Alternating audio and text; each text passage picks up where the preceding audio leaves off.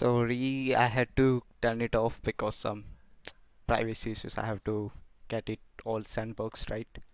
So we were talking about SSRF, right? So first is why SSRF happens.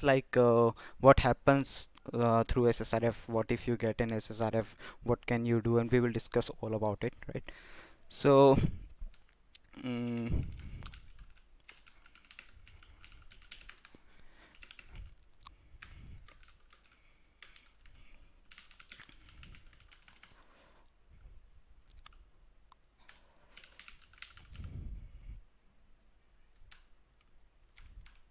okay, let's keep it simple.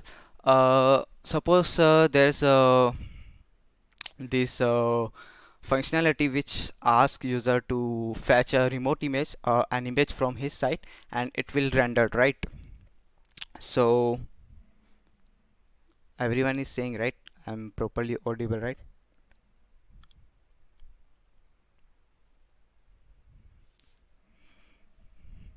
Okay.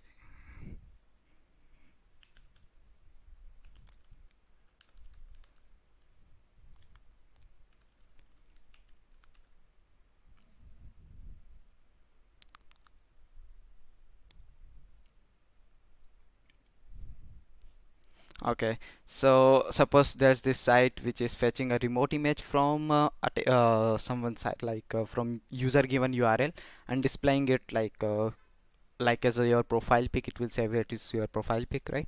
So this is where you will actually find an SSRF vulnerability. Uh, like the developer have made a function like which will make an HTTP request from server side to your server, to any other publicly facing site, right?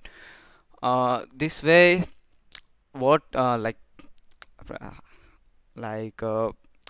what happens here is developers don't know that this can be abused in many way. First, if the image is sorry, if there is not proper filter, an attacker can make an request to internal server. Like suppose uh, let me give you a proper example. I'm not prepared or something. I'm just coming up recording this session. No, I will be recording it, but I will be putting it on YouTube maybe. Not sure where. Uh, and I won't be able to see chat again and again because it's in other computer, in my laptop. Is it lagging for everyone?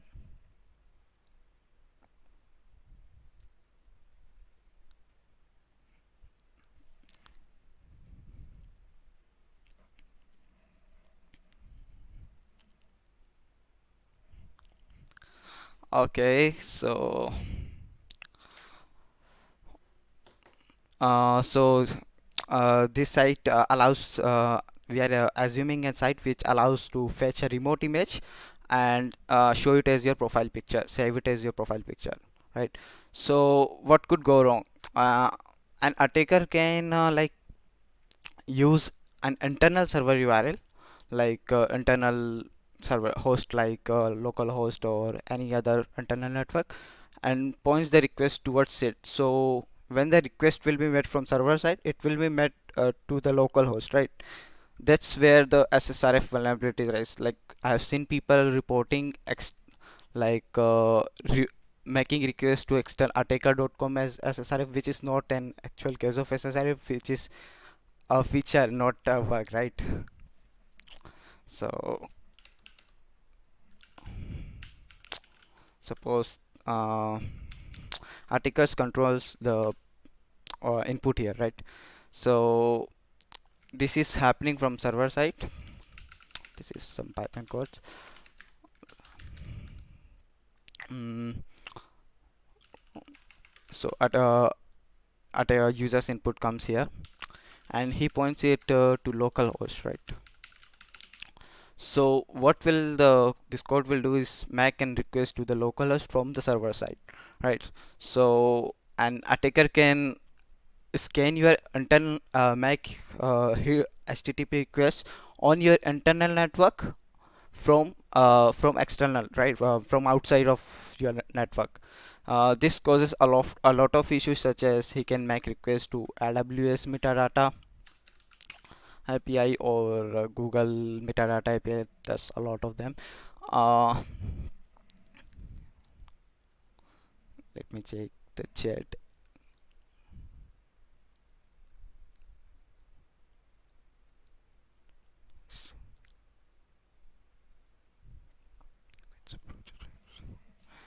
Okay, most of us are Indians here, right? Let's continue in English. Okay, so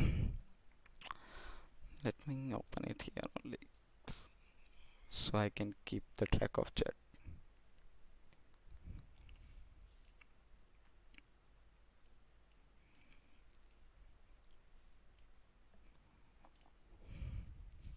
Okay, so this way an attacker can make request to your internal network. This is best. This is the SSRF in its simplest form, making request to your internal network from attackers from external network, right? This is the simplest form of SSRF. Now, like how could we exploit it? Like what could go wrong from it? There's many blocks, so I will take example of a block from my blog only, or whatever. Let me see.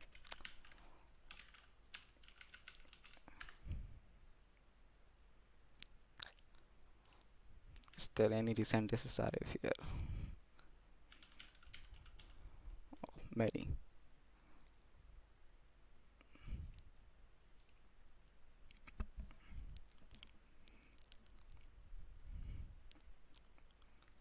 Hmm. let's uh, let's just use my blog. So this is the SSRF I found in Vimeo. So let's take it as an example, and we will understand how I found it, and how I exploited it. This way, I think you will understand it.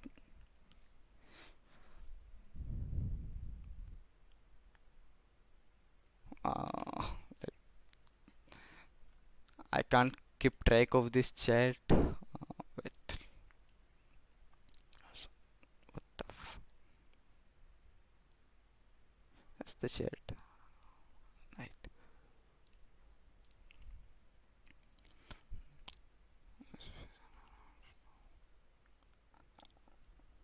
Yes. So functionalities I found SSRF in webhooks, dynamic PDF generators, uh, any like they are making request to fetch an image or a document from user's URL. These are the, you see, SSRF is a vulnerability you can't find in every request, right? It's a functionality depend it's a vulnerability depends on the type of functionality you are testing on. You can't find SSRF in every request, right? For XSS, you know this, it can be anywhere, or IDR can be anywhere, but SSRF is very specific, and it can only be found on some specific functionalities.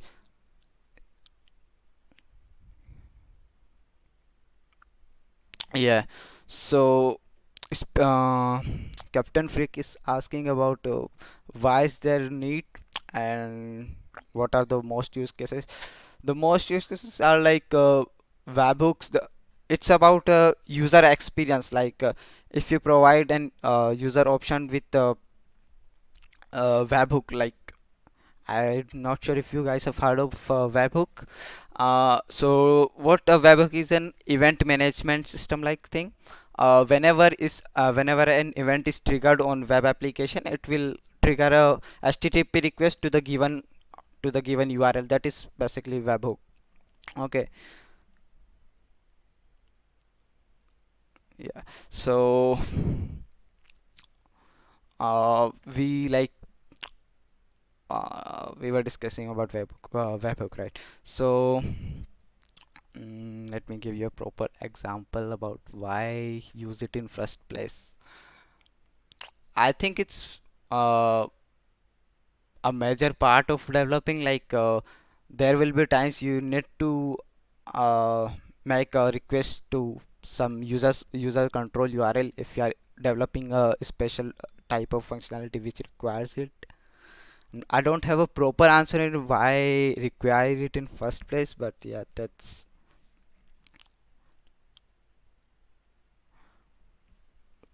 okay. Let me just walk through this SSRF and we will cover it like that. Okay. So this was the SSRF I found in Vimeo.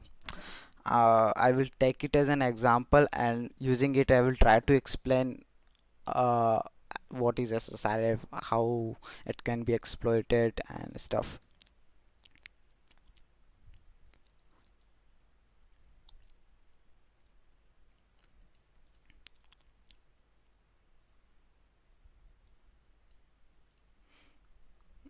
Mm, what can we do? There are many things if you figure out some internal API internal hosts like an internal API. For example, many companies have an internal API which may or may not be may or may not be authenticated. So this way, suppose the internal API directly gives access to users data. This way you can make request to that internal API and do a PII, which is very sensitive these days. Like company will pay more for a PII leak than an RCE, right? So that can be a thing. I'm not sure why you lagging. Why are you lagging, Rakesh? It's working fine for others. Uh, it's lagging for some. It's not lagging for others.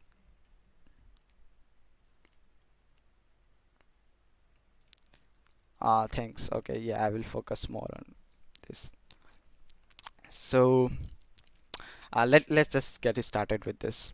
So there was a developer portal on Vimeo, which what basically it allows is making testing API calls of Vimeo using this developer portal which is called API Playground, right? So this look like this. Okay, there was this URI parameter and which caught my attention, right? uh, what it was doing is it was taking an API endpoint from user side, like where to hit on the api.vimeo.com and what value to pass through it. Okay, so users, and you will notice this curly braces user ID slash video curly braces video ID, and this user ID is defined here.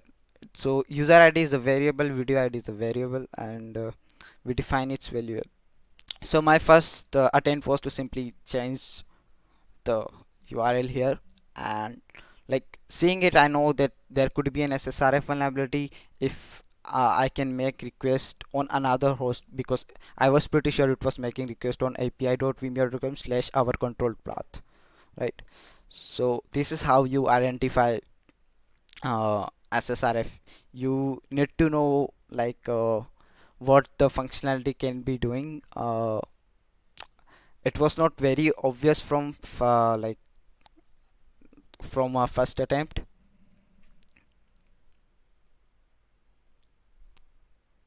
Okay, Stoke and Ada here. Thanks everyone. Okay, let me just focus on this, right? So I won't be reading chat often because it distracts me. Uh, and please ignore like I might be not so good. So pro guys are here who stream very well. Uh, so this was taking user ID value from here, this, and passing it to here, this, and finally was making a call. Let me just open here. Okay, so suppose it was taking what the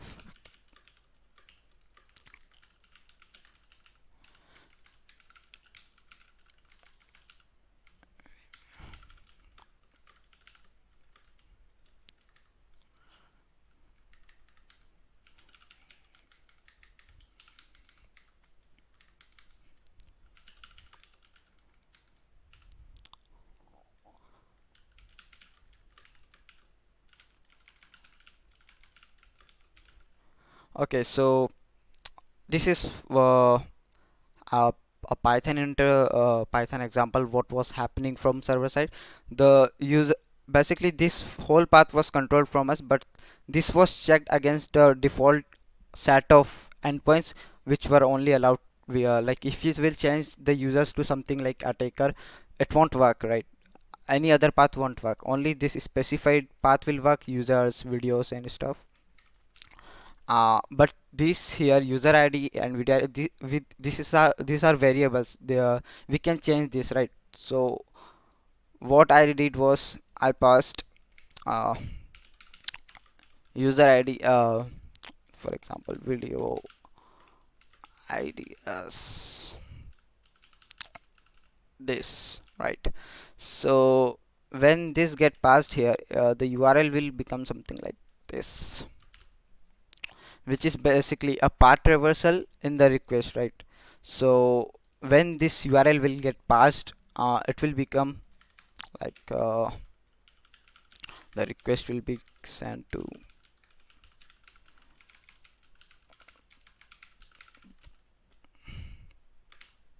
this. Okay, so we have traveled like one, two, three. Let's just remove it. Okay, so we traveled three directory back. So we are now on the root of api.vimeo.com.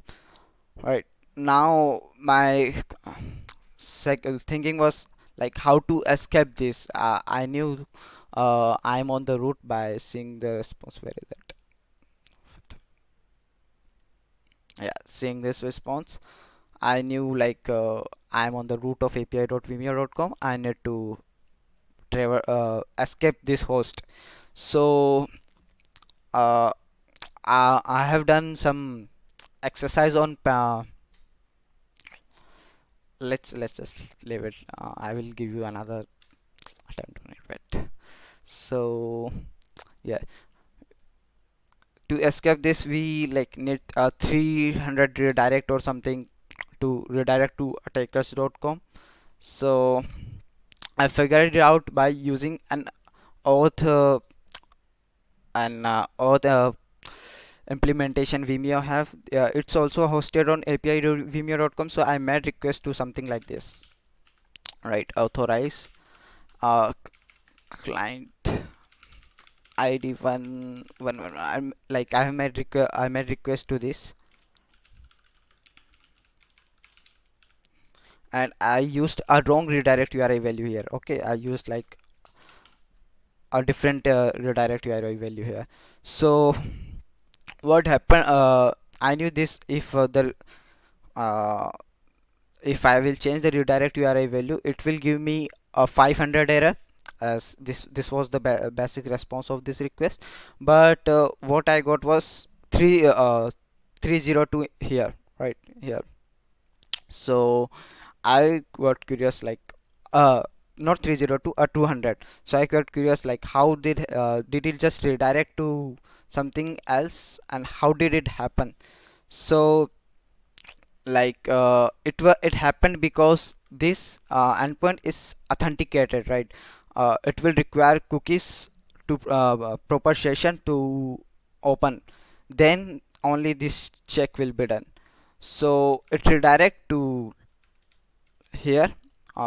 This was redirected to like vimeo.com /login, which gave a 200 response, and that's why I was getting a 200 response here. So I figured that this was following a 302 redirect, and I'm good to go forward and find some open redirect on api.vimeo.com.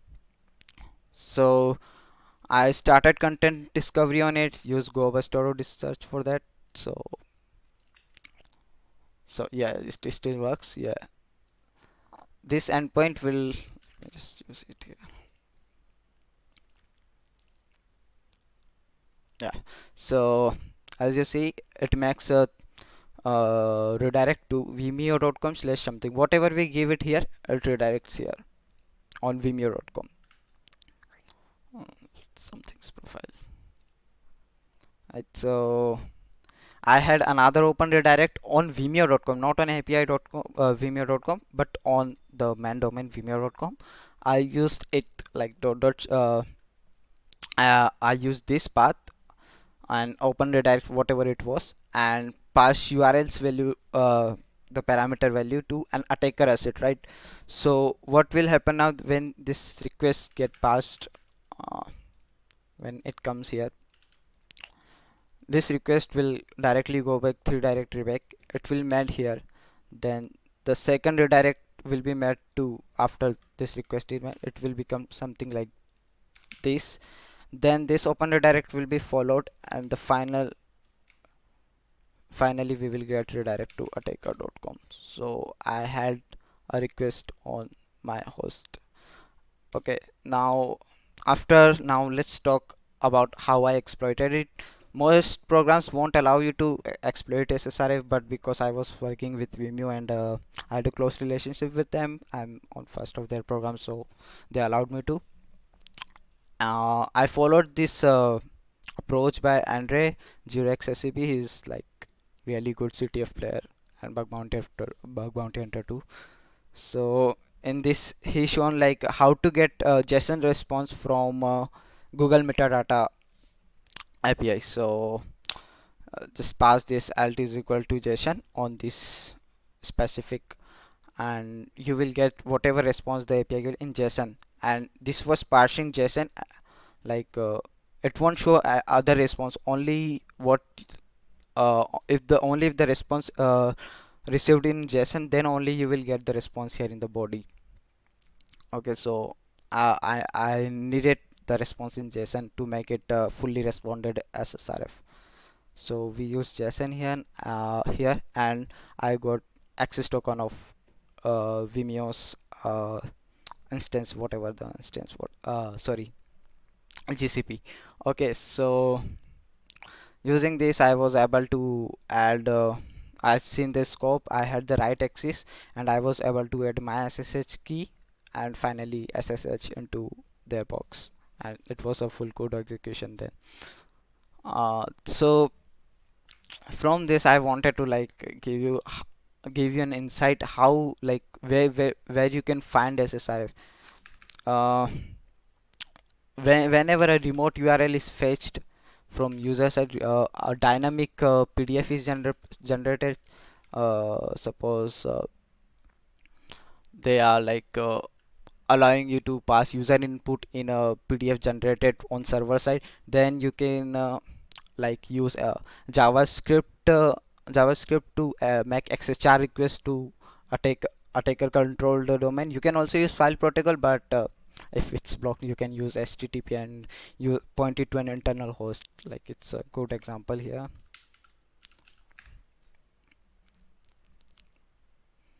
Where is it?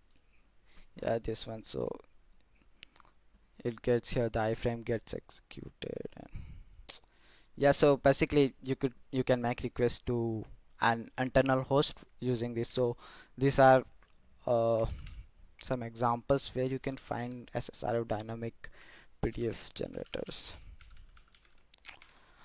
and ignore the spells. Okay, webhooks. um, Webhooks, okay, I will give you an example of this later on. Let's just let me see the chat if anything interesting come up. Okay, there's a lot of chat I have not seen.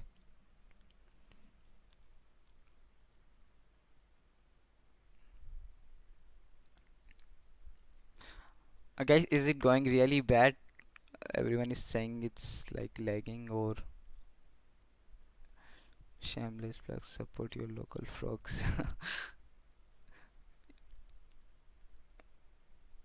Oh,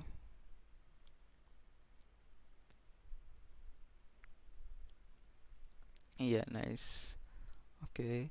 Captain Freak had one question: if you wanna play around your understanding, you can check out the challenge I read. Okay.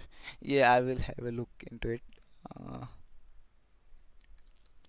okay, let's get forward to it. So, guess let's see this talk by Orange.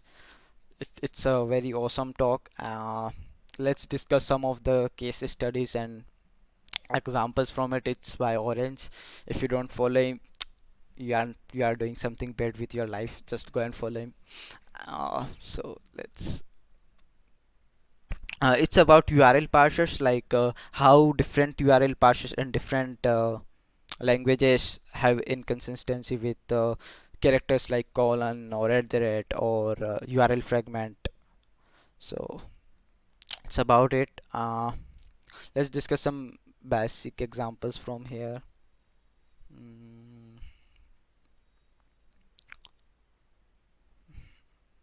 this one is good. Like in Node.js, like simply percentage zero, like CRL won't work. Like okay, you like if you will pass slash r slash n, it won't break the request. However, if you use these special characters, these are full with hyphen and full with asterisk, it can break the request because like this have plus 0d on, it will become something like this,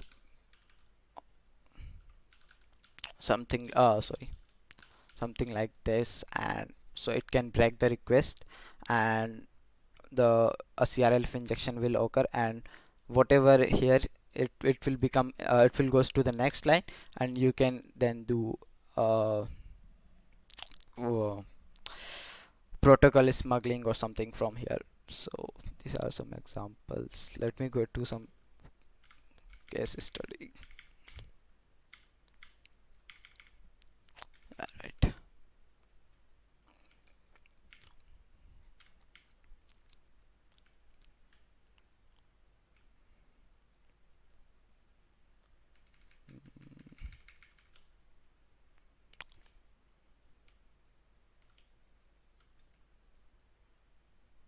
Yeah, this one is good. It's very basic one. So this function, fuck, can search right here.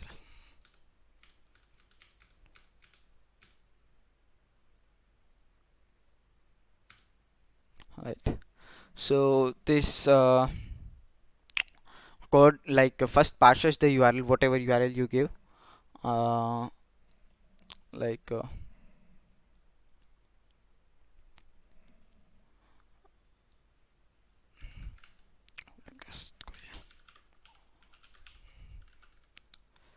okay, so this URL on first, let's just try to understand it first. Okay, so let's break it down. If you open this in your web browser, it will open localhost. Okay, whatever this is, this won't be counted. This URL finished here, right? And so does it. Where's the talk? So what PHP was doing, PHP parse URL function was doing is parsing it from here, like it was not taking hash in account, and it parsed it at the rate, like this is called authority. Let me try to understand. Okay,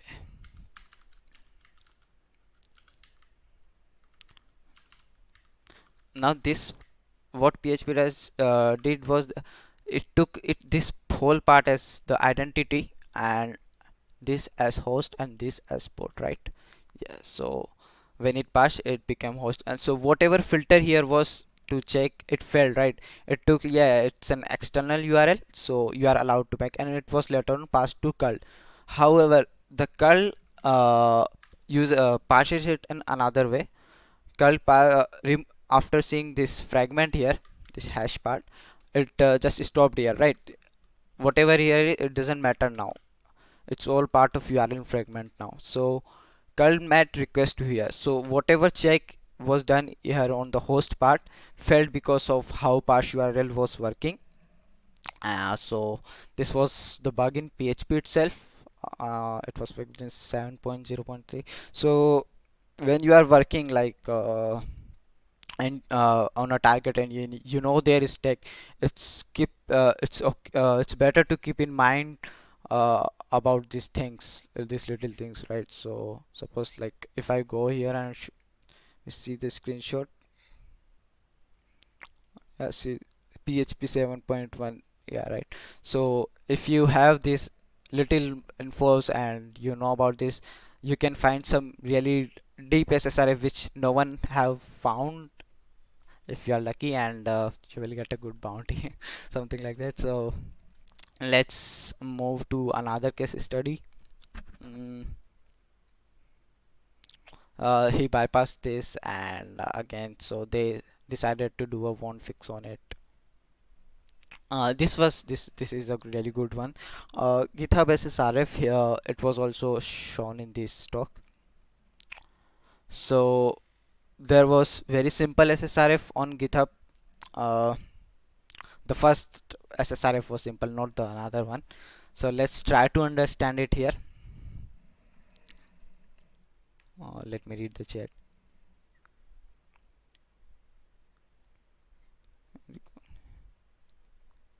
Oh, there's a lot of question. Let me work through it.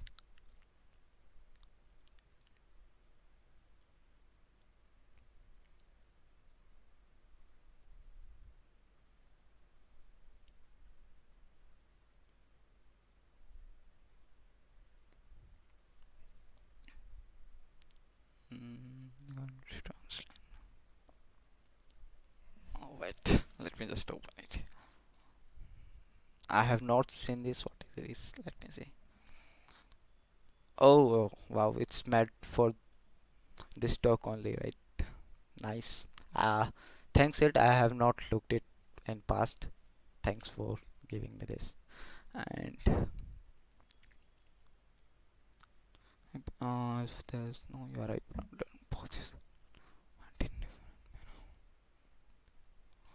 if there was no URI parameter and both user and went in different params, then also you can like that's actually that is what you call creative thinking, I guess.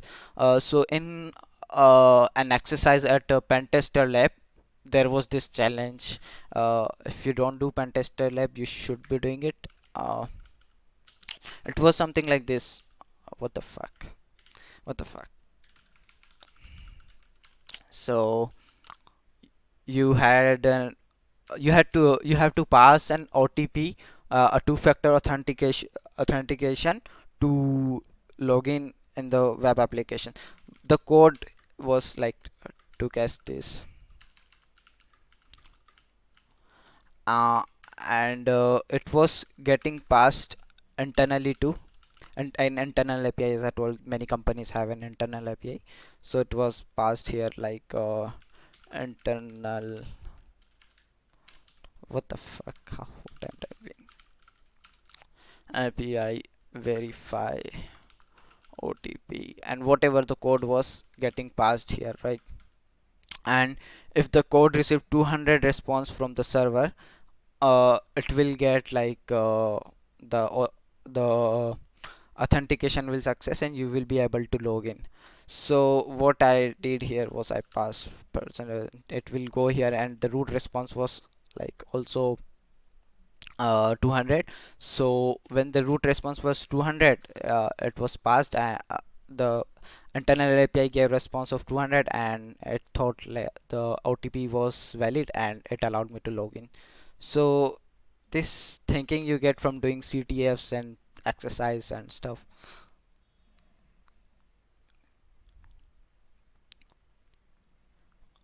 Okay, let's go back to the this talk. Where is it? Okay, so we were discussing about GitHub SSRF, right? uh I think we won't be able to cover both RCE and SSRF in one stream. It will be so long. Okay, so there was, as I said, webhooks generally have SSRF issues. So GitHub had a blacklist of blah blah internal hosts like log 127, and so he bypassed it using this simply passing the zero. It will point to localhost. If you don't know, like what the, just open another.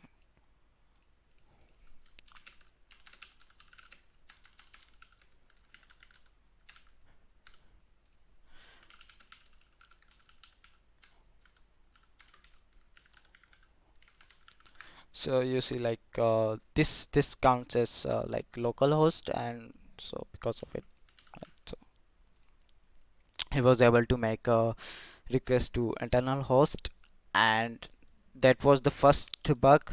uh, it was chaining of 4 bugs to get an RC on GitHub. So it was first bug. Second, like he can't do anything from it, like only HTTP scheme was allowed, no other protocols were allowed, so he had to chain it with another SSRF and to another internal service, right? So GitHub uses this graphite to draw charge, as he mentioned here. So in this, our Python HTTP lib gets used, and Python HTTP lib have CRLF injection, right? So he found a CRLF injection within a HTTP request met from this graphite service, right? So now he makes requests something like this: HTTP graphite dot internal dot host, okay, whatever its port was, and to this URL, and vulnerable URL, and this had like another SSRF here, and this one had CRLF injection. So when you have CRLF injection, you basically have more control over the scheme, like you can do protocol smuggling and stuff. So now he can like do a lot of stuff from here, right?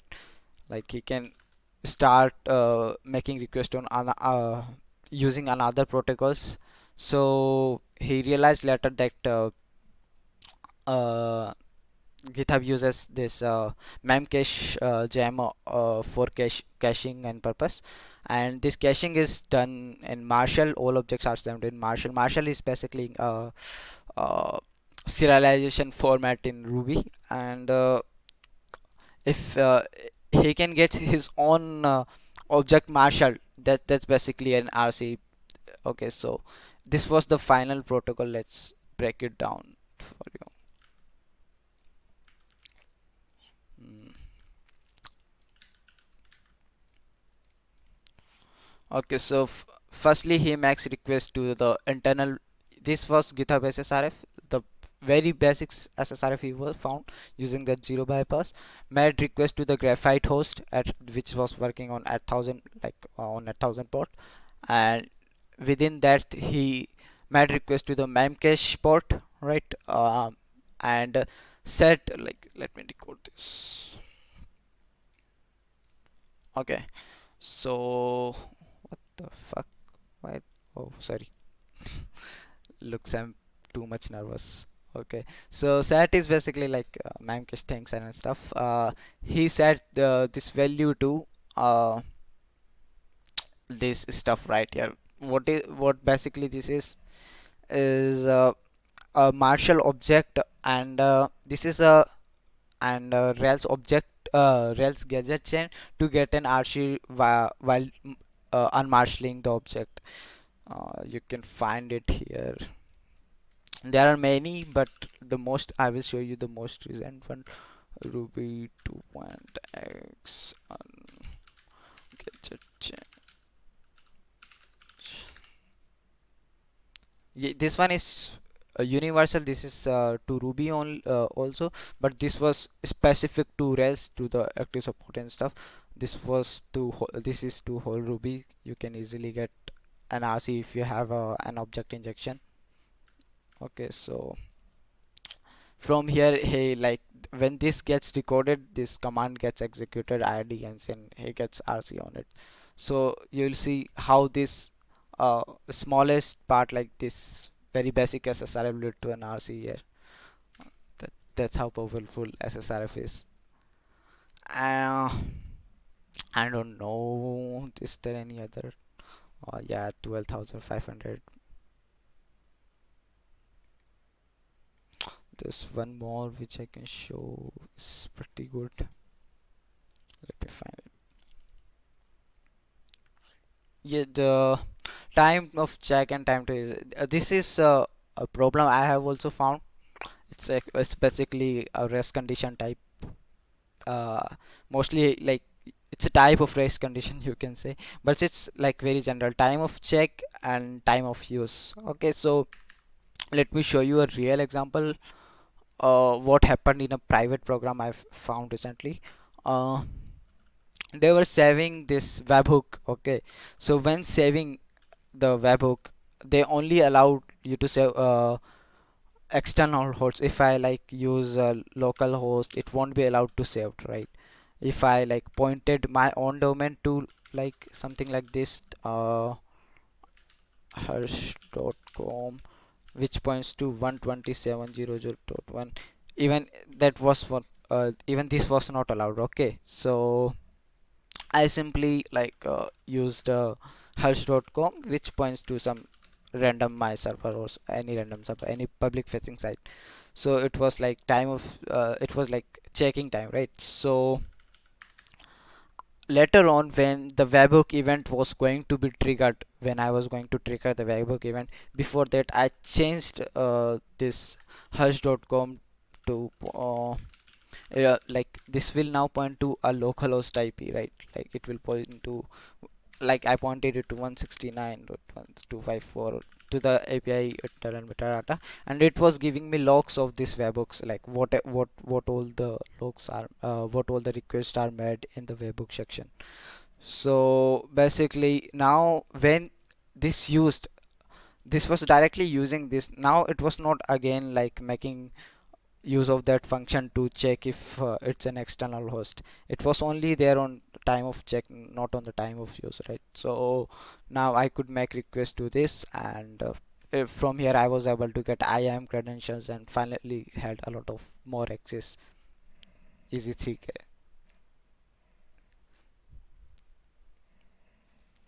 uh,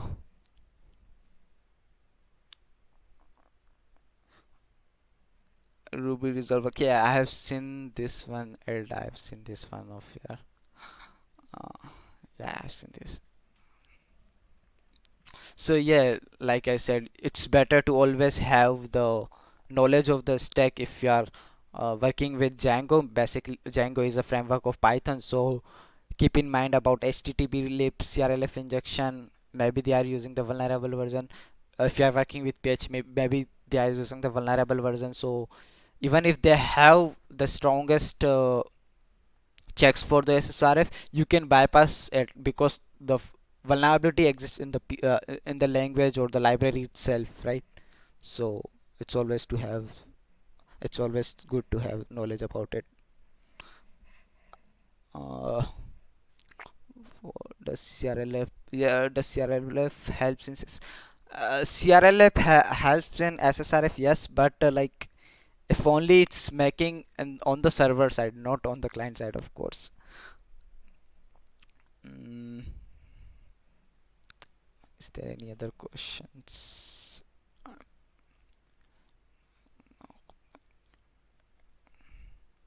If you could say something about your code execution after SS, it would be awesome. It was really very easy one, and I'm not sure if I'm allowed to talk about it in public. Like I don't have a public disclosure yet, so maybe not. But yeah, if I get the permission to disclose it, I will surely talk about it later on in some later steps if there was one, if there will be one. Uh, let's see more example about SSRF. Any other questions you guys have about SSRF?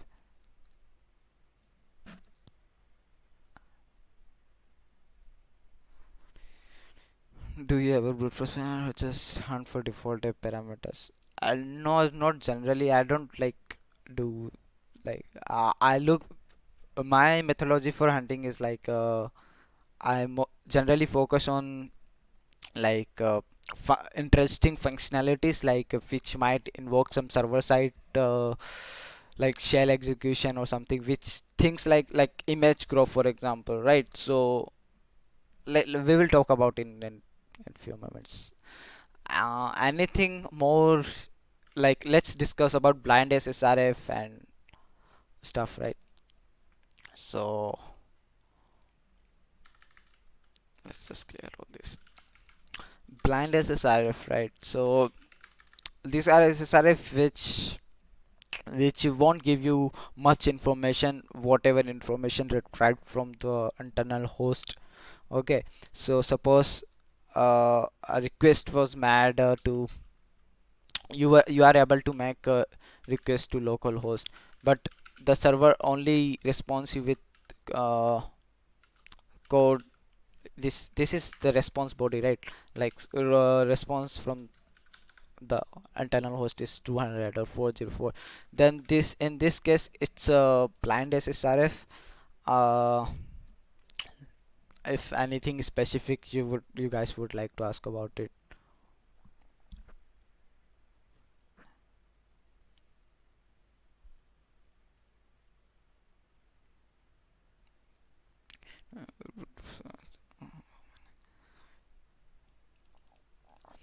mm, in one there's nothing like that. How many, I don't know, like bunch of, and to one specific program, I'm not sure. Yeah, it said it right. If there's webhook, just leave other functionalities aside and deep dive in it. You will surely able to find something in it. If not SSRF, you you might end up with an IDOR after finishing the SSRF testing. Uh, what do you first look in a app which it has a login? Uh, Actually, we are not doing Q&A and stuff, so uh, which has login, logout, or sign up enabled. I don't know what you are trying to ask, but maybe try to explain it more. Uh, okay, so anything specific to blind SSRF you guys would like to ask? I'm not sure what could we explain in this. Like it's a kind of SSRF you won't get much information. It generally is a medium or low severity unless you have the knowledge of internal network and you make request. Like suppose there's this internal API dot API which have directly command execution, and you just need to pass command here. So in that case it's of course critical, and you can simply make request to this URL and you have command execution. Yeah, like if you use any particular tool when hunting for instance, do you run your own server to local? Yeah, so recent I was using my own made thing as of now, but Faraz, if you guys like Faraz, if you know him, you must know about security idiots, guys, like this guy. Yeah, yeah. So this guy just published a good tool about 4 SSRF and all this, like logging of request. Uh, what was his name again? Oh, it's my fuck. You guys are seeing my secrets. Let me wait a second. Uh, Hold on a second, guys.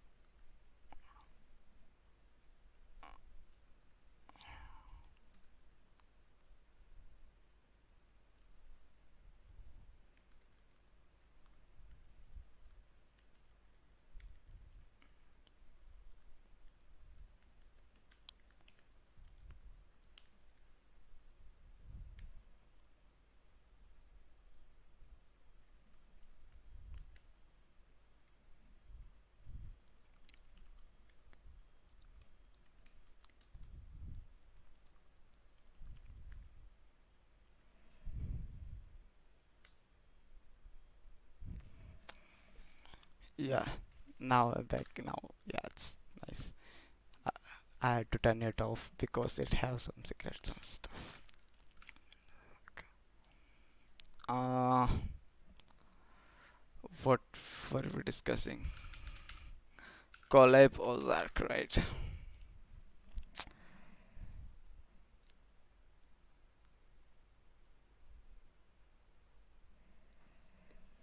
Yeah, so what this does is it makes use of the bulbs collaborator, and whatever, like you can set it up like create a project and take out the, like it's like secret key to your project, and it will monitor all the requests come to your collaborator server and keep note of it. So suppose you must have seen the video of stock here where he's explaining about an XXE, and XXE, like the request comes a bit after the payload is submitted. So this is generally case like maybe there is some function which executes a, a particular time, like at a particular time, right? So this is when this tools or this logging comes in. Okay, so suppose you have attacker.collab, you monitor this, and it will notify, this tool won't notify you, but it will monitor all the requests come to it now, any DNS, SMTP or HTTP requests, and please stop brute forcing my domain. I've seen a lot of requests coming on it now. Yes, Agar, go on. It, mm,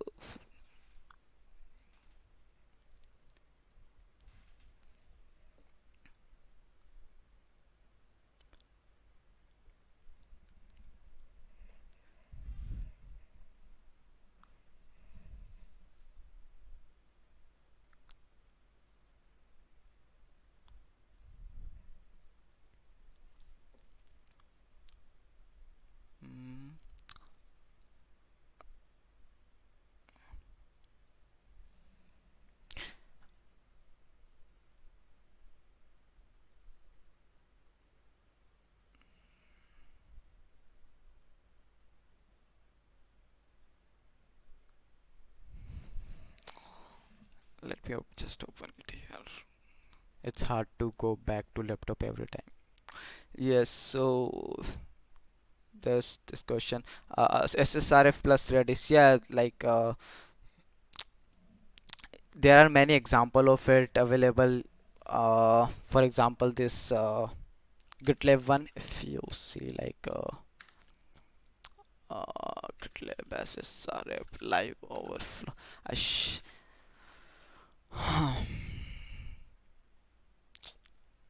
okay, he also have. So like there's this CRLF injection in the HTTP request made by GitLab, and which basically caused an SSRF. I won't cover it now, but it's 14-minute video. You guys should like watch it. It's really good SSRF, and finally an RC using Redis. So you will be easily able to understand watching this video, I guess. And there are many write-ups about it also, I guess. This is a top-notch vulnerability you guys should watch. Once come across, give me a moment, guys. Let me read all of this.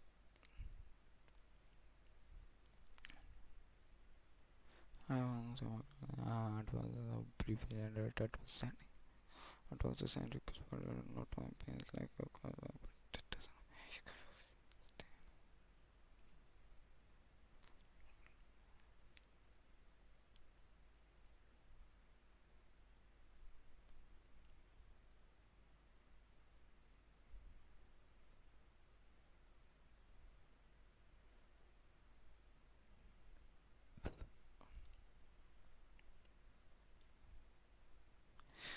There are no, as I like told, there are no like common endpoints about SSRF. It's very specific type of vulnerability, and you have to find it. Uh,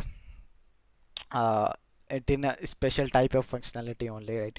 It won't be available in any type of request, HTTP request, right? Accesses can be found everywhere, I guess, and so are IDRs, but SSRF is very limited type of vulnerability, and it can only be found in a very specific function, feature or function, whatever you call it.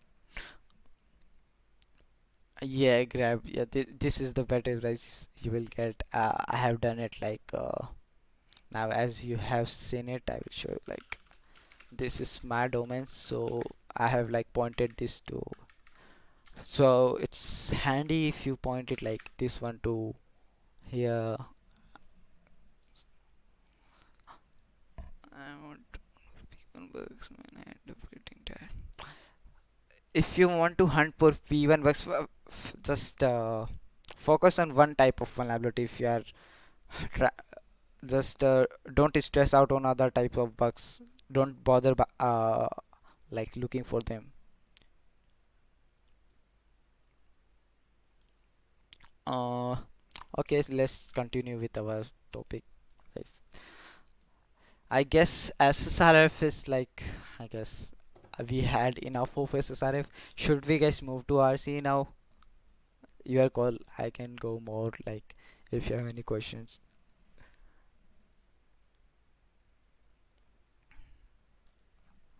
Nope.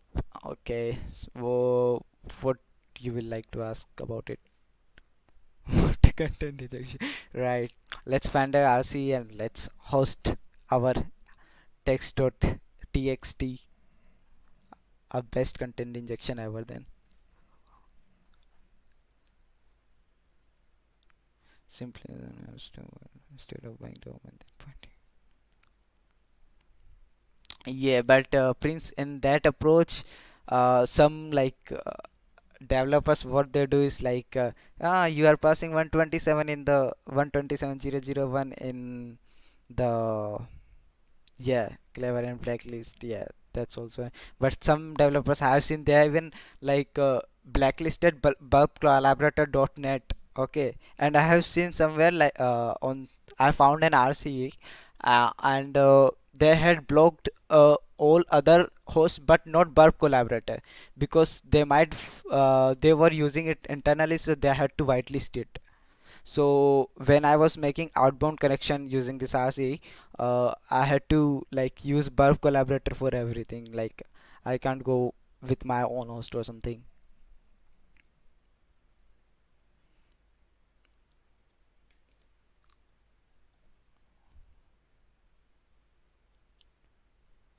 Guys, please don't harass anyone here in this chat. You are free to leave if you are going to harass anyone. Okay. Uh, any other? Let's just jump towards RC. What do you guys say about it? Oh wow, a lot of people are watching. I thought only 20-30 people are here.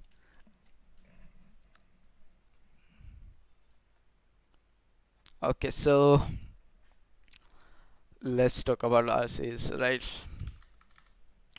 Uh, you don't find RCs, RCs finds you. Shishano said this in its last stream, okay? Maybe true, maybe not. So, RC is like, it can be anywhere. You never know it's not like SSRF. A developer won't be making HTTP request to every parameter or something. But in RCA case, I believe like the developer like maybe doing a more deep kind of things from your input. So maybe he's invoking shell, or so it's better to look everywhere you think you like think this might be doing some server side things and stuff like shell execution or something. For example, I will give you the simple example of image cropping, right? When you upload an image, most of the websites provides you with feature of cropping the image. This if we take example of PHP, you should use image magic library. I'm not sure iMagick library it is, I guess. iMagick,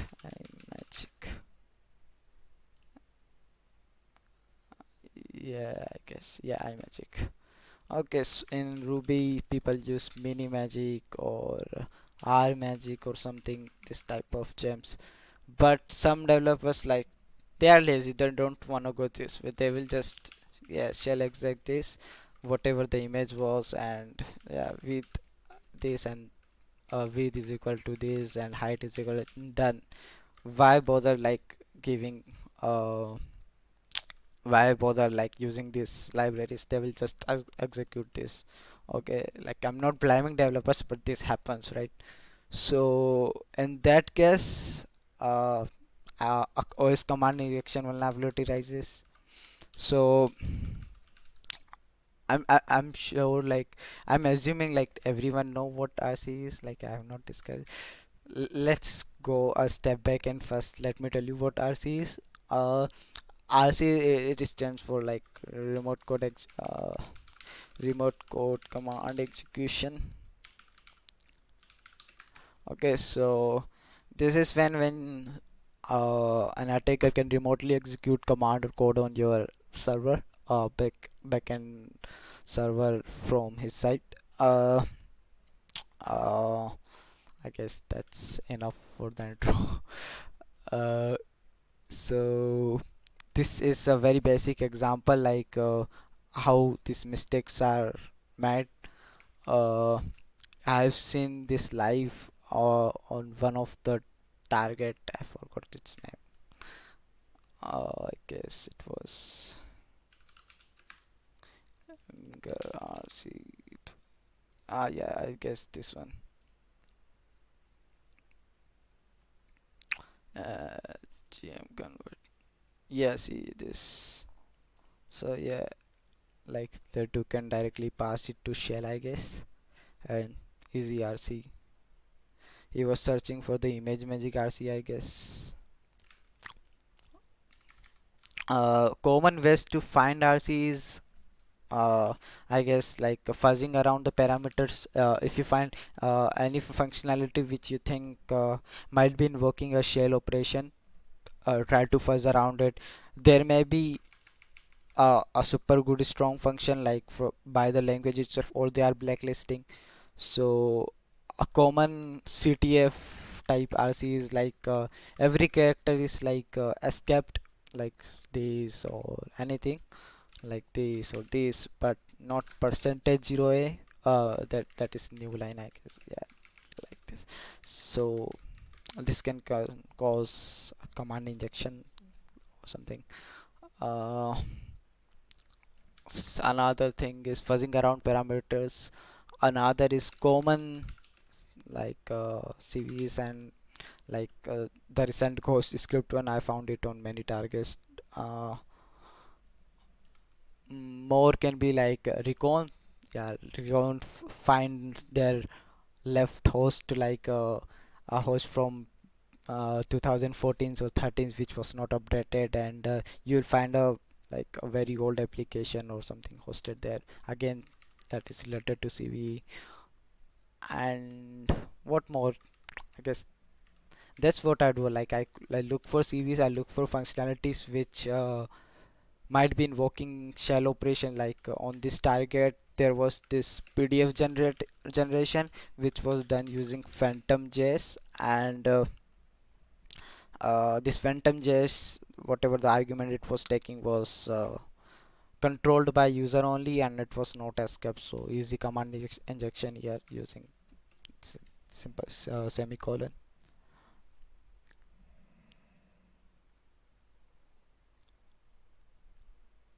Oh, let me see the chat.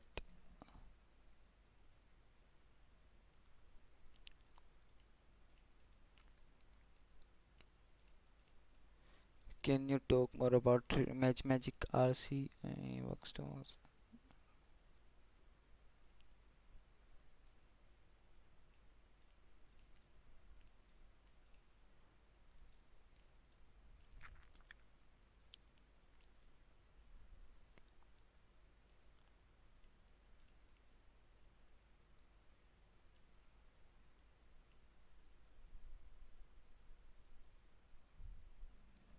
Yeah, but reverse shell cheat sheet, but don't take reverse shell from bounty targets.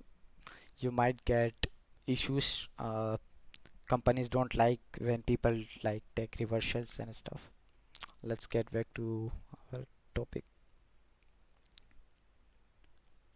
Yeah, yeah, one more thing. Yeah, nice. SSTI, this can often lead to, but it's a vulnerability and it's a different kind. So, but it can lead to RCE sometimes, right? So that can be it. And what more can be here?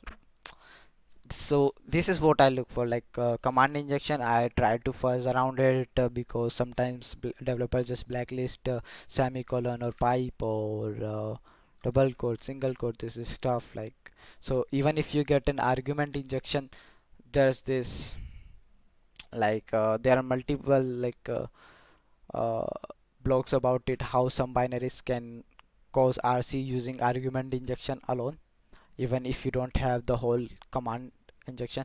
If you're wondering what's an argument injection is, it's like you can't control the command. It's a, suppose it's get hash.txt. You are not able to escape the command, but you are able to escape this argument and you have control over another argument, right? You can add your own arguments, right? So that's called an argument injection. So it can also like cause RC sometimes.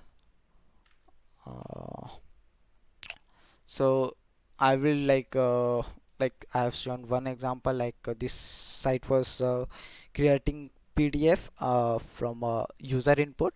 So my first test was to like find SSRF using like dynamic PDF generation. However, on like further analysis, I found like it was like directly passing my input to a phantom JS binary. So I had directly command execution there. Uh, I've used like host script RCs a lot and whatnot. If you uh, ha what can be more there about RC? I wonder. Deserialization bugs, of course. Yeah, I forgot them. Like Java deserialization, Ruby, Python object injection, Ruby object injection. In Python, if you have pickle injection, like you can directly get if you are controlled like user input is getting unpickled, then you directly have command execution. In Ruby, you need to use the gadget chain as shown earlier, that RC gadget chain. In Java, there are multiple gadget chains. I'm not very expert with this part. Uh, Actually, I'm not expert with the whole RC thing, but yeah.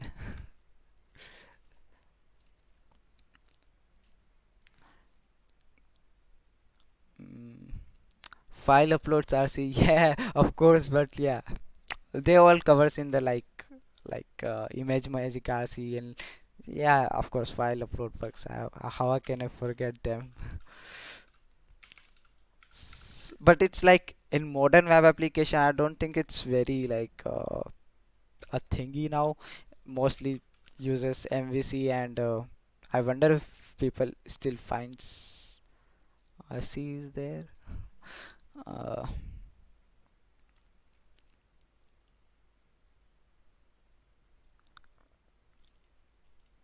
yeah, yeah, this all covers in like CVs and stuff.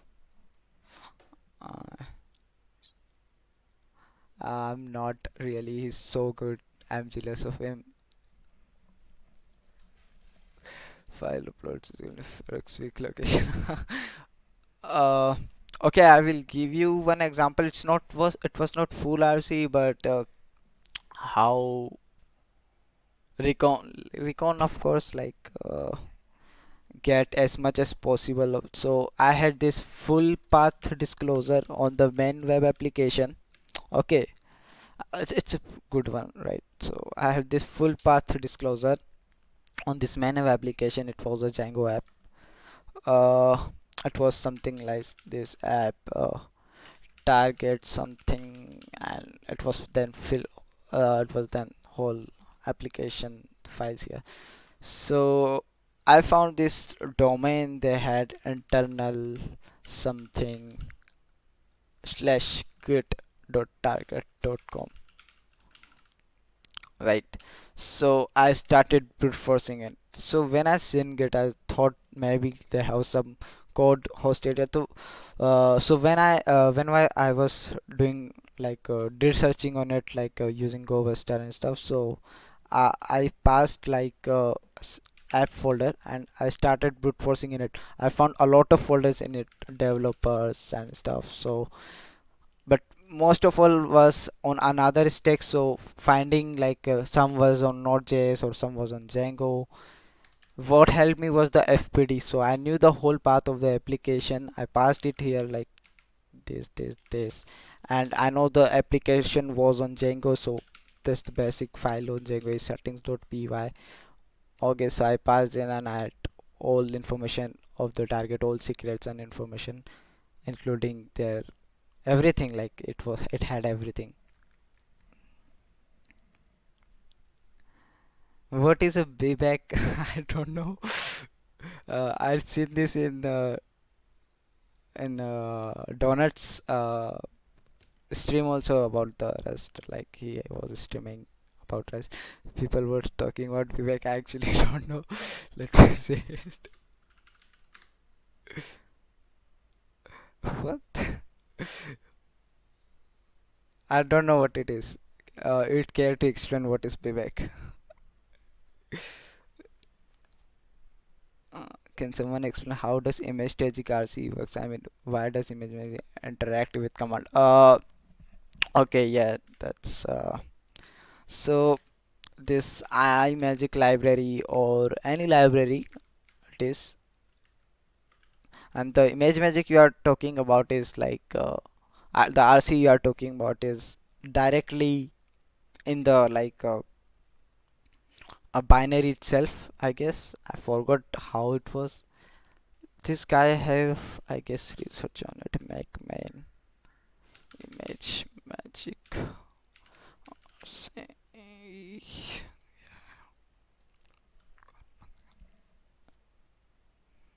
I guess he explained it. No, he didn't.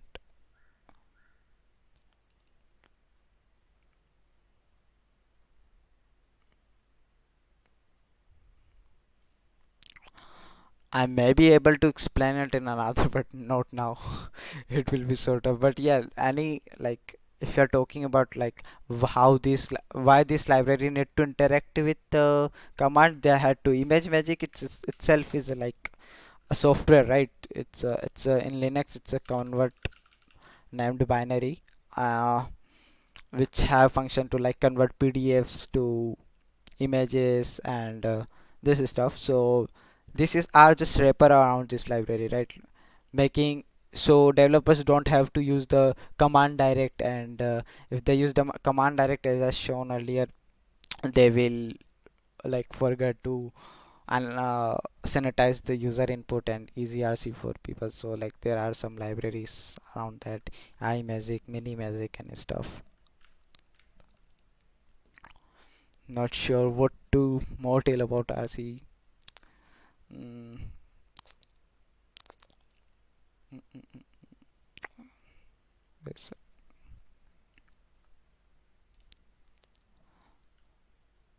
Yeah, ghost script command execution.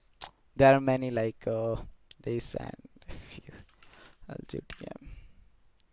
This is a very detailed one. They also explain the project 01. Yeah, one thing I was like going to talk about was CVs. Like if you are going to get better of this CVs, like if you wanna really make money into it, invest time understanding this. Like I found this one a lot, and recently I seen I guess Corbin Leo it was. So he basically found a working exploit for an unpublished CVE because he invested time. Like what was the basic description of the vulnerability, he put the efforts to find it himself, and that's how he was. So even if you find like a public discovery, try to understand the bug itself. This was a really complex one. Even I don't really, I know the basic comps. It's a bypass of the sandbox mode of the Ghost script that's called safer mode. I even made a CTF type of thing on it. Uh, so yeah, try to understand the CV for like example the recent Rails one, like the Rails RC we had in recent about the developer mode. Uh, Rails RC, yeah, where is it? What was the name of the OOQ, I guess. Oh, I forgot his name. Wait a second.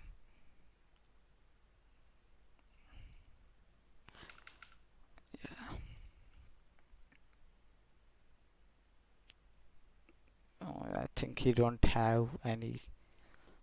What was the report URL? I forgot. So I found this RC on multiple targets, and the core reason I was able to find, I believe, was because I knew I had a bit of like background with Rails, and I understood the CV itself, like what was the bug itself, and the requirement for it required the app name, like the Rails application name.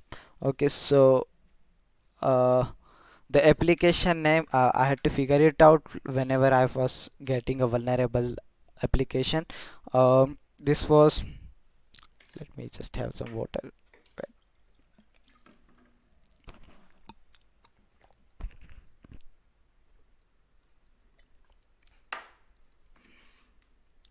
Yeah, so app name, right? So for this Rails RCE, you needed the application name of the Rails application. So Rails basically, Rails session is served as something like this. Uh, it's like, I forgot its name. I even for this is how Rails application have their cookies name. So when I popped the target, I had the target. I noticed this similarity, like and like had some Stack Overflow answers and about it. So this was Rails application name, right? So even after getting this, you had like it was simply like this. You had to know about that Rails uses the naming convention camel case, something like that. That everything it will be removed, and the next word whatever it will get, the first letter will get capitalized. Okay, so if you had the application Rails app, it will become Rails app. So this little bit of info helped me to get RC on few targets, right? So yeah, it's okay to have the public exploit, but try to understand the CV, try to understand what it requires, how the CV works. uh, I guess that's an extra tip. Ruby and all that. Yeah, these groups, yeah, this, I should have just pointed to it.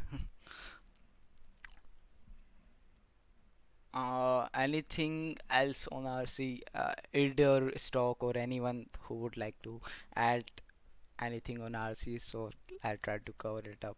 I'm not getting ideas at the moment. I guess I didn't even imagine the stream will last this long. I was thinking like 20 minutes, 30 minutes slow. I'm glad that 78 people are watching.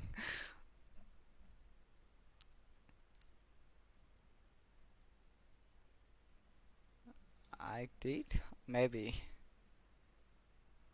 Let me see, real session. No, this one is different.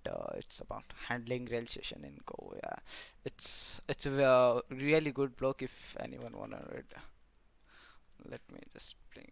You will understand more about rail sessions, how they work, like how rails uh, CSRF works. If you understand rail session, you will know how their CSRF works and stuff.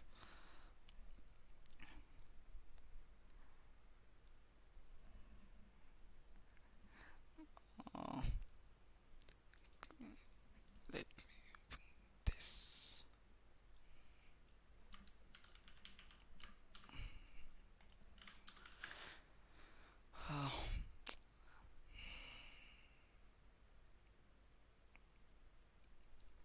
Yeah, this one. So yeah, this was I was talking about. I found it on a lot of target, and yeah, so this code execution basically was in the active storage, uh, which was like by default up in the developer mode. Uh, like how can I explain it? Mm, let me just find it. Wait, 476445. Oh fuck.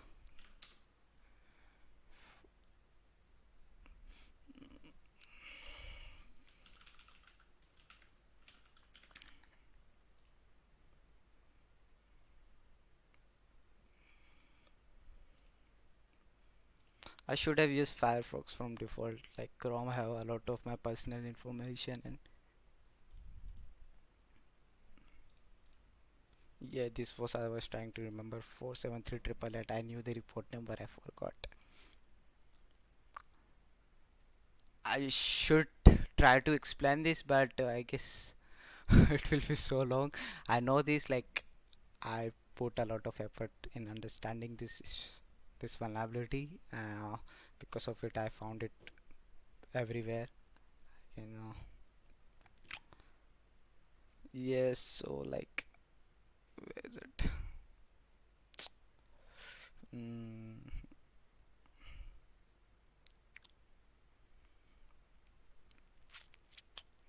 where is it? Where is it?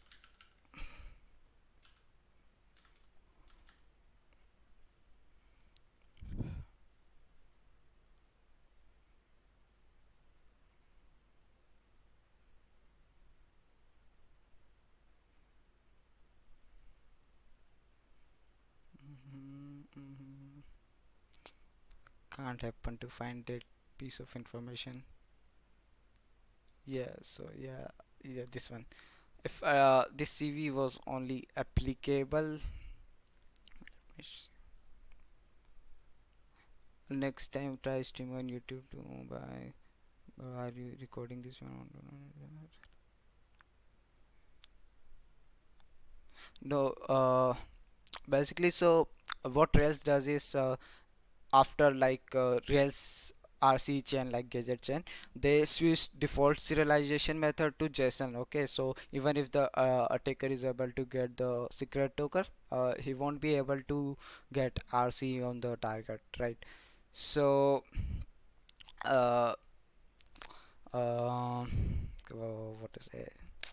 This active storage uses Marshall as their serialization, and because there's another bug where related to the secret key in developer mode, he was able to like get the secret key using the app name and was able to like do an object injection, uh, and like as you said, before I confirm that RC is possible, like he will do an object. It's so hard to explain it in words.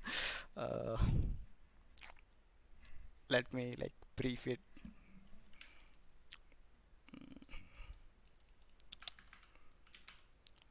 So by default, Rails uses just they firstly used Marshall deserialization. Sorry. Yeah, Marshall. So this Marshall and Marshall. This is a format of Ruby for like deserializing and all. Ruby like Rails app secret token. There's this good block. So before you understand this, it is very like necessary to understand this part.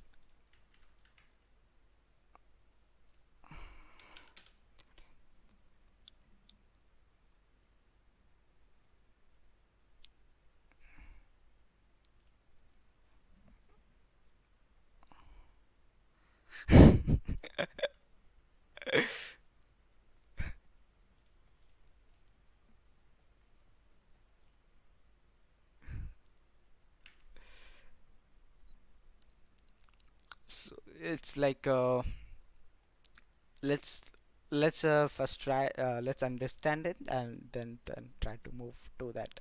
Okay, who wants to like go over through this block? It will be a tough, I guess, in putting it in like words.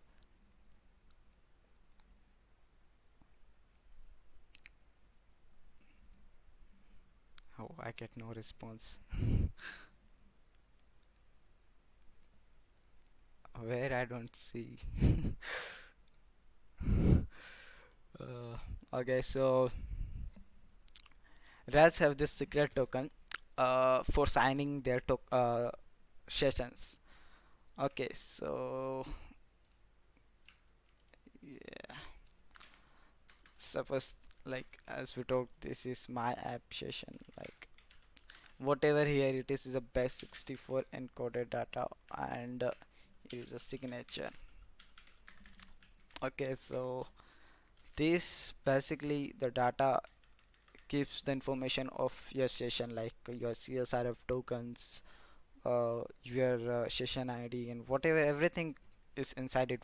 If you are admin, it's inside it. Like if the web application is like role is equal to admin, it's stored inside it if they wanted to, like something like that. And it's encrypted with a secret token, and signature is like this. It's in this format. Let me open that block too. Okay, let me just open this. Where is it? Yeah, this one.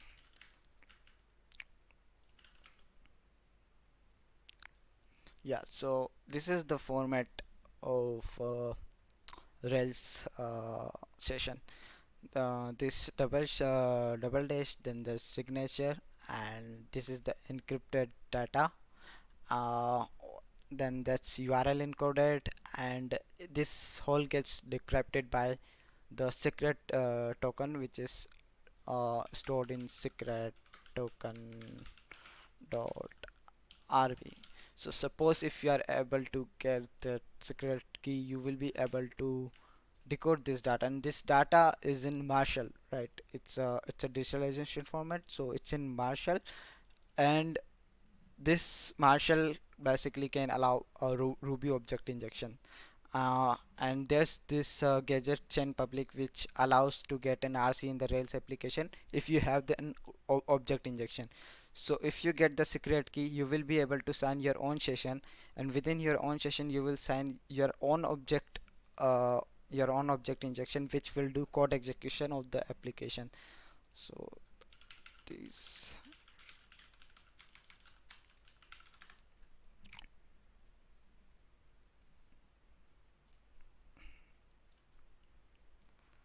this is what it was about. Like I got this token, and we like use these to sign an object using the token, and we get the full session to pass. Okay, so this way we will be able to forge our own session, right?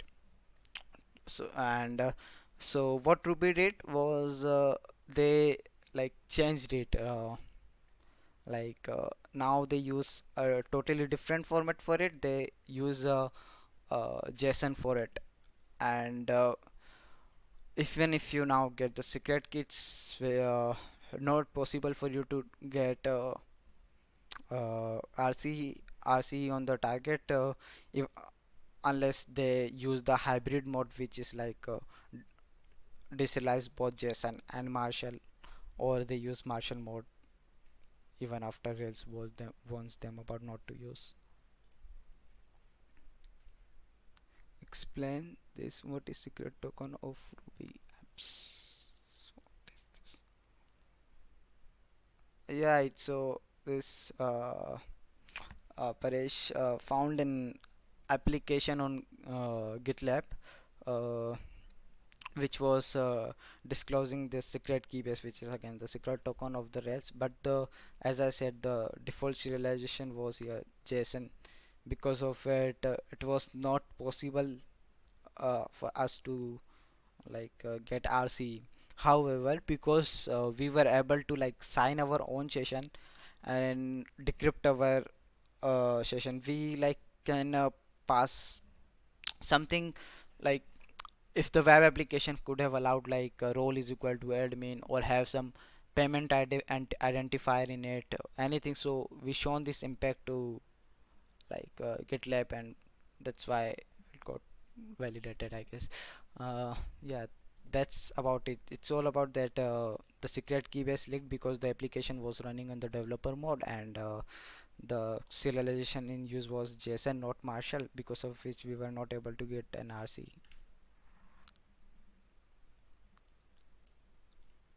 Any good read for RCE? Any good read, like just read everything, anything you find about it. I keep reading about Rails, like to understand more about it. I want to do research in it. I'm not good at currently right now, like, but I keep reading about it. If you want to get some look, I guess it was, I forgot the name of the guy. Chung. Right. Let me just GitLab RCE. Yeah, this one. Yeah, so this guy, the organization of the CTF, which Live Overflow took part, I guess, he have found a lot of good bugs in GitLabs, and he also have mentioned cool tricks about it, like uh, about Ruby, and how like Ruby, some methods of Ruby can be dangerous, like here, I guess.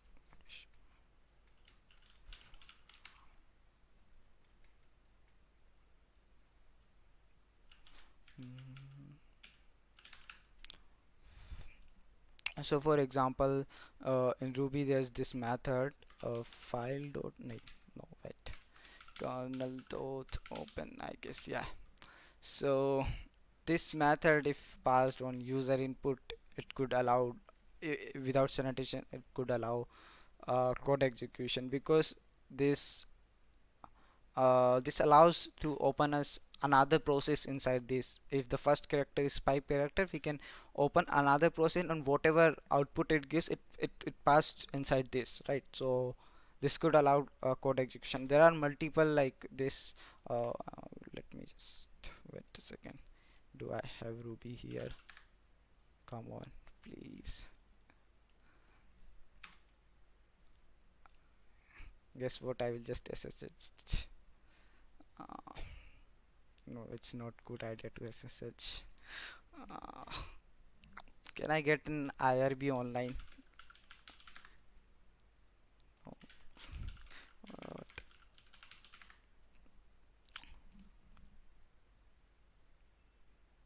no, not this. Interactive Ruby I need. Any idea it? Where can I get?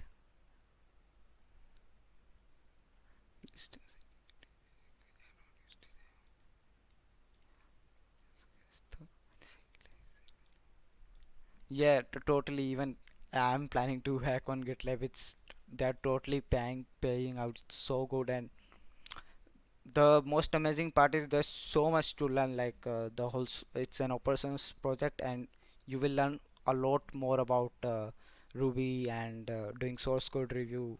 It's so amazing to work on that project, even for the money and for the learning process. So even I would highly suggest, and even I had a even instance running on it. Yes. So even I'm gonna work on that. uh,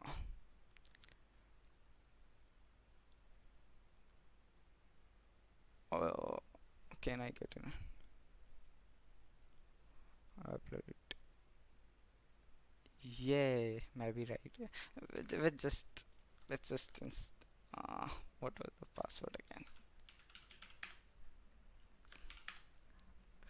I don't use window. I had to use it because streaming, like I was not able to get proper stream here. What the fuck? But,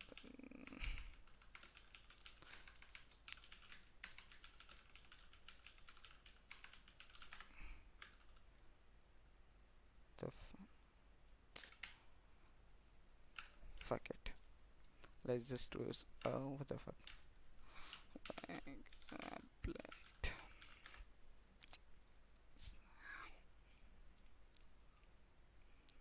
Do they don't give access without login? Not editor. I need like IRB.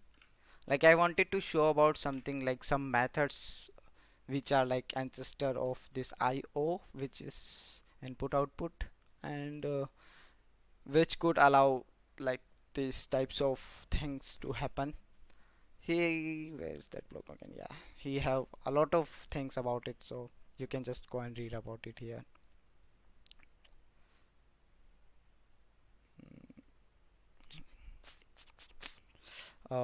What more can we talk about in RC? Anything specific you guys want to ask? I missed the start. We talked about SSRF and stuff in start.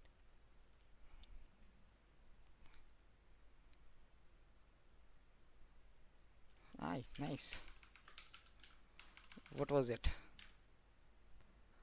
Uh, even I forgot. OS command injection.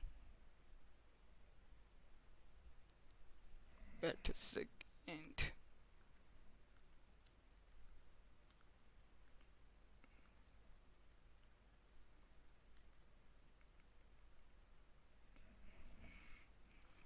Yeah, sorry. Let me just.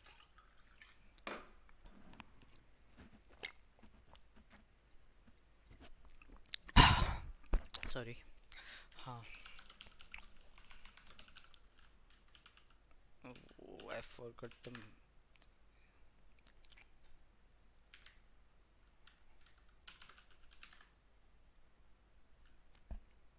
No, what was I going to show? I forgot. Even I forgot. What the fuck? Let me just switch through here.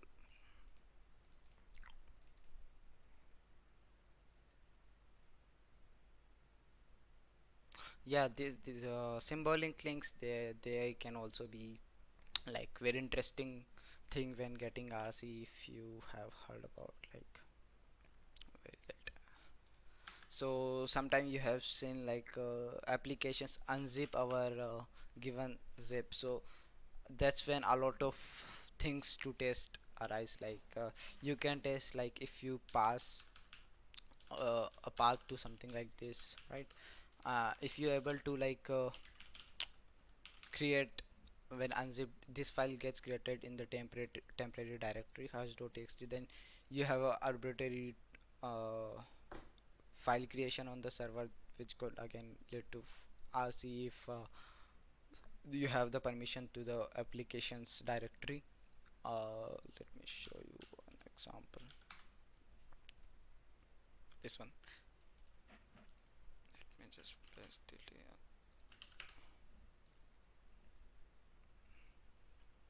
So like he creates a bad.zip uh, which on extracting will create this file, and this file have this content, right? So he uploads this on the vulnerable site. It uncompress it and extract it. So whatever it is, it will uncompress it, and the web application will create this file, which is basically uh,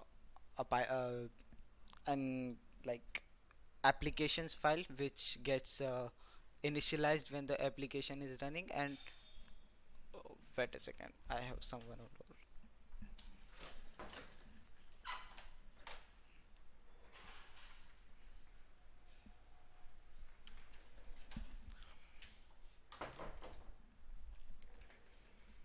Yeah, so sorry about that. So we can like overwrite it, and when the application like Python application will execute it, and our code get executed. Wait a second. So this type of vulnerabilities can be found if they have functionality related to zip, uh, I have found this type of RC, and it's fun to find. You get so I got this file manager, and I was able to get like full file system access, all directory files, and I was able to read everything.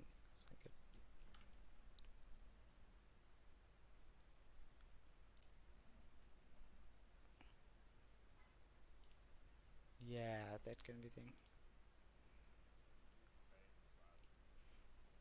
Yeah, so uh, go to this URL, whatever it is. Cheshino is here. Hi, man. Start with this, but I wanted. Thanks, Shano. And I guess we're about to finish. And like, I'm out of topic now. Uh, can you guys like suggest more of it? Anything like you wanted to ask about related to SSRF and RC?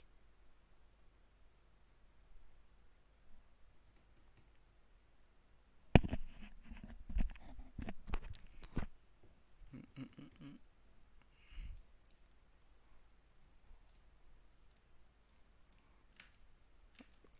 Next time when I will stream, I will better use a sandbox environment. You guys have seen so much secrets of me, like my YouTube history and stuff. Anything, anything you guys want to ask. And thanks everyone for like overwhelming response about this. Like I was not like hoping for this. And thank you everyone. I hope the session was not that bad. RC and not just applications. Yeah, that's a good topic, but even I guess Ajin have blog about it. Let me see.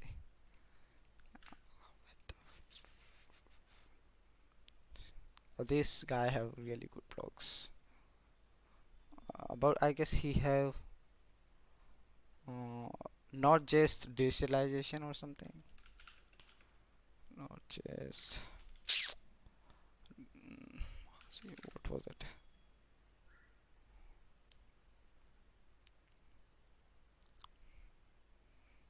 Yeah, right. Yeah.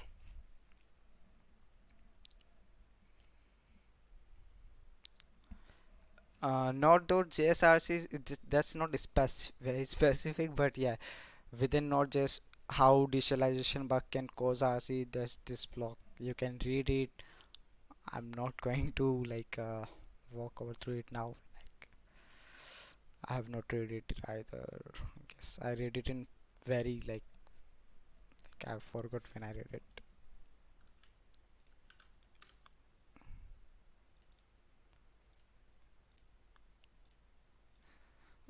Okay.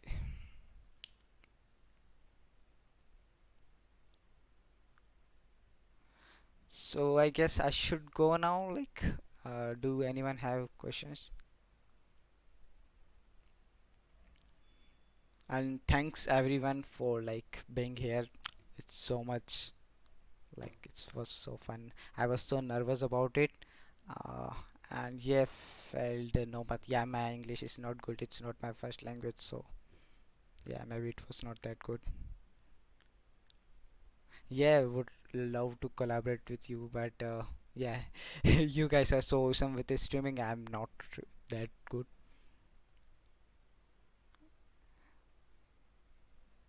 So bye. See ya guys later on next stream if I will do one maybe.